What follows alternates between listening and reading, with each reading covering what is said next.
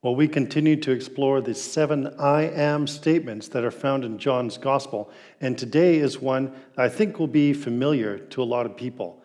Jesus says, I am the way, the truth, and the life. So, really important statement that Jesus makes, but before we get to it, I want to kind of spend some time finding our place in John's Gospel, because it's easy to forget where we're at, especially if we're not reading the Gospel from start to finish. So let's take a few moments and just discover where we're at in John's Gospel. John writes very differently from Matthew, Mark, and Luke. Matthew, Mark, and Luke follow some of the same structures and storyline and patterns. John is completely different in his approach to the Gospel. And John starts with a hymn to the Word. So rather than start with the genealogy or the birth of Jesus, John gets right into theology, and he starts with a hymn to the Word, which is Jesus. Right after that, though, John spends a major section from about chapter 2 through chapter 12 with what some people have called the book of signs. And this is really important in John's Gospel. During this book of signs, John explores the life and ministry of Jesus, and he does so through exploring 7 sign miracles that Jesus does. And that's one great way to study that first section in the book of John. Well, John then ends the whole gospel by looking at the glory of Jesus. Some people call it the book of glory, which goes from chapter 17 to the end. And this is when John explores the time when Jesus is glorified through his death and resurrection. So between the book of signs and the book of glory, we find our passage. And our passage is actually found in a fairly unique section in John's Gospel. It's a section sometimes called the upper room or the farewell discourse. And I love that word discourse. Discourse is something that we've forgotten how to do within our society today, I think. Discourse could be defined as a kind of civilized conversation in which you can also have argument or controversy. And Jesus did this a lot. In fact, it's so important within the Gospels. Matthew's Gospel revolves around 5 main discourses of Jesus when he engaged in civilized conversation with the people around him, but that often included some difficulty or even some pushback from the people around him. Matthew's Gospel has great discourses like the Sermon on the Mount or the parables of the kingdom or even the Olivet Discourse when Jesus talks about the future of the church, both now and way into the future. And so discourse is an important teaching tool that Jesus uses, and he uses it again right here in John's Gospel. This is the unique thing, though. In John's discourse, this farewell discourse, it's very private. A lot of the other discourses are done in public, a lot of public conversation, but this one is very private, it's very intimate, and it's also full of anxiety. There's a lot of anxiety going on in this conversation. Jesus meets with his disciples in the upper room just before Passover and begins to reveal things to them that he doesn't reveal to the crowds outside. And this actually starts to cause a lot of anxiety among the disciples of Jesus. Jesus talks more and more about his death. And in fact, the shadow of the cross grows longer and darker the further we get through John's Gospel. And so that creates a lot of anxiety for the disciples. And so it would. If you can imagine them thinking, here we finally have the Messiah, the one sent from God to bring freedom and liberation. Now he's talking about dying. A dead Messiah isn't good for anyone. In fact, what's happened in the past are those messiahs that have come up and gained some followers. Once the Messiah is killed, sometimes the followers are killed. And so now the disciples are thinking, all this talk of death, are we going to be next? And so the anxiety levels are certainly raised. But then Jesus also talks about betrayal. And in the passage right before the one we read, Jesus says these startling words to his disciples. He says, "One of you is going to betray me." Can you imagine the looks in that room? I can just imagine Peter staring down all the other disciples and saying something like, "Snitches get stitches." I don't know what Peter would say, but something ominous. Who was it going to be? Who would dare betray Jesus? And so anxiety is again raised. But then Jesus turns his attention directly to Peter. And at the end of the last chapter, he says, "Peter, you are going to deny me 3 times. Peter, you're going to blow it big time." And this is a startling revelation that Jesus gives to the disciples. So it's very upsetting, this conversation that Jesus is having. It's very unnerving. It creates a lot of anxiety. There's a lot of uncertainty now about the future. Just when they think Jesus is coming into his peak time, he's saying, "I'm about to die, someone's going to betray me, and Peter is going to deny me." It feels like the world is falling apart for the disciples. So it's into that context that Jesus says in John 14 and verse 1, "Do not let your hearts be troubled." Don't freak out. And meanwhile, the disciples are saying, "We're freaking out." And Jesus says, Don't let your hearts be troubled. Don't give into that anxiety. Don't let fear grip you to the point of paralyzing your forward movement. Don't be afraid. Don't be anxious. Well, how could Jesus say that? I mean, he just stirred up all kinds of anxiety in them, and now he's saying, "Don't let your hearts be troubled." Why? How could he say that? Well, he says to them, "Don't be anxious because of who you know and because of where you'll go." Those are 2 great important truths that Jesus unveils for the disciples, because he says, "Don't let your hearts be troubled. You believe in God, believe also in me." Who do you know? You know me.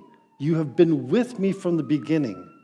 Do you remember the time that we were in the boat and the storm raged up and you all thought you were going to die? What happened? And the disciples would say, "Well, you calmed the storm." Or Jesus might say, "Do you remember the time when we were on the mountainside and there's thousands of people around and they were getting kind of hangry, looking for some food? And what happened?" And they would have to say, "Well, Jesus, you provided them food." And there's a sense in which Jesus is saying, "You know me. You've seen what I can do. Trust me now. Just as you have trusted God for generations, trust now in me because you know me." But then Jesus goes on to say something really important. Not only can we reduce anxiety because of who we know, but Jesus says you can reduce your anxiety because of where you'll go. "I am going to prepare a place for you, that where I am, there you may be also." I love it when Jesus talks about heaven. He talks about heaven relationally, not locationally. We've got lots of questions about heaven. Where is it going to be? Are there really going to be streets of gold? Do we get our individual mansions? A lot of the answers to those questions are no. We're not going to have some great big house that we party in all the time. Jesus doesn't give us a lot of details about heaven. He doesn't talk about the location, but he talks about this relationship. Where I am, you will be also. And that's meant to reduce the anxiety in the room. Jesus says, "You know me, so trust me, and wherever I go, I will make sure that you are there with me." And that's a great thing. So as the conversation progresses, Thomas again speaks out. And this is part of this discourse where there's questions and even argument. And I love Thomas. I love the way that John focuses on the words of Thomas at several points throughout his gospel. And at this point, Thomas speaks out and says, basically, "We haven't got a clue where you're going, so how can we possibly know the way?" William Barclay, a commentator that I often read, he says this, speaking of Thomas, There was one among them who could never say that he understood what he did not understand, and that was Thomas. He was far too honest, far too much in earnest to be satisfied with any vague, pious expressions. Thomas had to be sure. So he expressed his doubts and his failure to understand. And the wonderful thing is that it was the question of a doubting man which provoked one of the greatest things that Jesus has ever said. In answer to Thomas's question and maybe even doubts, Jesus says, I am the way, the truth, and the life. Thomas says, we don't know the way. Jesus says, I am the way. A number of years ago, before we moved to Calgary, we came to visit, and the girls were really young, and we were coming to meet some of Christine's family up at Callaway Park. And we came in from the south side of the city, and we got hopelessly lost. Well, I got hopelessly lost. I tried my best to find my way around as a typical man, I guess, didn't want to ask for directions. Finally, I had to give in, and I pulled into a gas station just not far from the church here, just over in Avenida. The gas station is no longer there. But we pulled into the gas station, and finally, in humility, I went up to the counter, and I said to the young guy behind the counter, can you point me in the direction of Callaway Park? And he just looked at me, to my horror, with a blank stare. And he said, I have no idea what that is, and I have no idea how to get there. And he said, but I tell you what, I can sell you this map for $10. I thought, I don't want a map. I want to know how to get to my destination. And I certainly won't pay $10 for it. It was before the time of smartphones and GPS in our cars. And so I went back to the car kind of deflated. You know what would have been great in that situation? If someone had come alongside me and said, hey, I heard you want to go to Callaway Park. Guess what? I'm going there right now. And if you want, you can follow me and I will take you to your destination. That would have alleviated all of my anxiety. That would have been such a gift to me. That's what I think Jesus is saying here, in part. Jesus is not like the Pharisees. The Pharisees always had to point to an external source of truth. The Pharisees had to say, follow the law, follow the prophets, some kind of external source of authority that they had to point to. But not Jesus. Jesus says, follow me because I am the way. I will take you there. I will guarantee your arrival because I am the way. You see the difference that makes? So Jesus uses these words, I am the way, the truth, and the life. And when he uses them, they're not just random words that he's pulling out of the air. These are actually words that are loaded with meaning from the Hebrew Scriptures, from what we call the Old Testament. In Isaiah 35, it talks about the way, and all throughout the Old Testament, it talks about the path of righteousness or the way of God. This is the way, walk in it.